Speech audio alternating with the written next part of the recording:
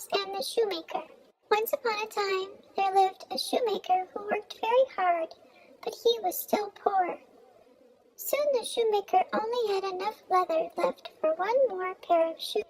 The sun had set, and the weary shoemaker needed to go to bed.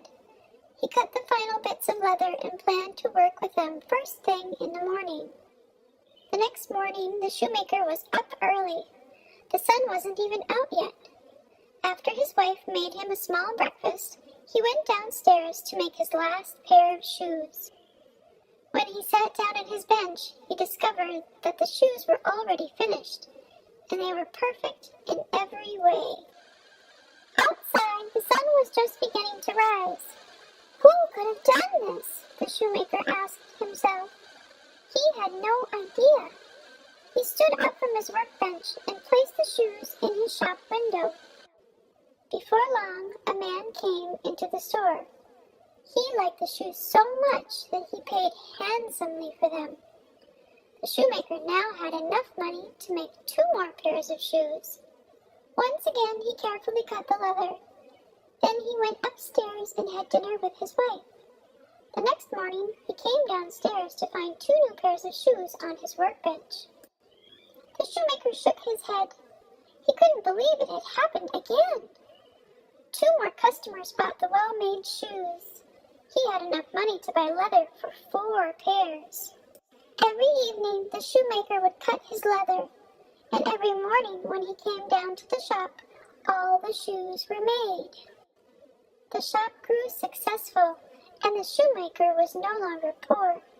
Customers filled his store from morning till night, buying his shoes.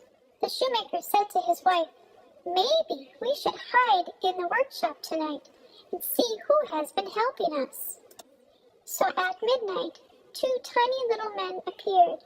They sat down at the workbench and nimbly made the shoes with their small fingers. They didn't stop until the leather for every last pair was used.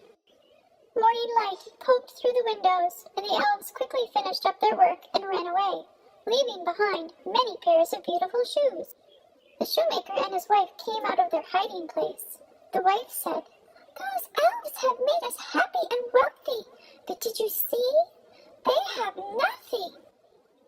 She thought for a minute and said, "I'll make them some warm, comfortable clothes, and you can make them shoes. We'll leave these presents for them on the workbench tonight."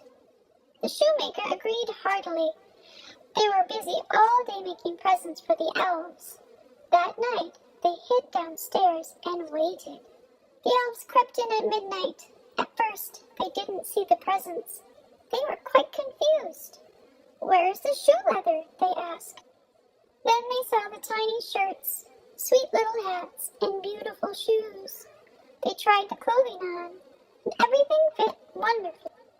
The elves were so pleased with the gifts, they danced and sang right out of the door of the shop. And the shoemaker and his wife never saw them again. But it didn't matter, for they were forever grateful for all the elves had done. The shoemaker and his wife were happy.